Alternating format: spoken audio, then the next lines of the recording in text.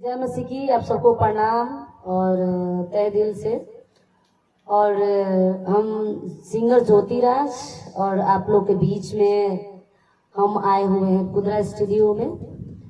छोटू शर्मा के स्टूडियो है कुदरा में, जो कि हमारा गाना यहाँ से 2-3 रिकॉर्डिंग हुआ है।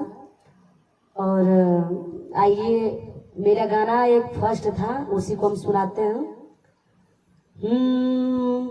अगिया में शरीरिया एक दिन जल जाई हो,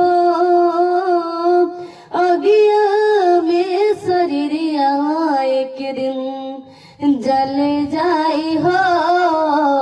जे भी मसीहा में आई जाई उ तो स्वर्ग के पाई जाई। जे भी मसीहा में आई जाई उ तो स्वर्ग के पाई जाई। करबो जे कमाई है लोग गाई हो, करबो जे कमाई है लोग गाई हो।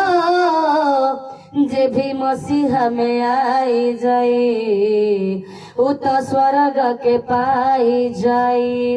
कतनो कमाईबा शांति न पाईबा, प्रभु में नमवा लिखावा हो।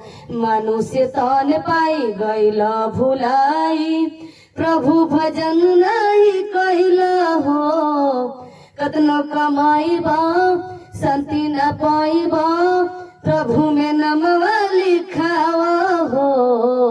मनुष्य तन पाई गईला भुलाई, प्रभु भजन नहीं कैला हो। यीशु मसीहा सुना नैया पर लगाई, जे भी पढ़े वचन कर ले चंगाई। जे भी मसीहा में आई जाई उ स्वर्ग के पाई जाई। जे भी मसीहा में आई जाई उ तो स्वर्ग के पाई जाई। जय मसीह की। धन्यवाद आप सबको। धन्यवाद।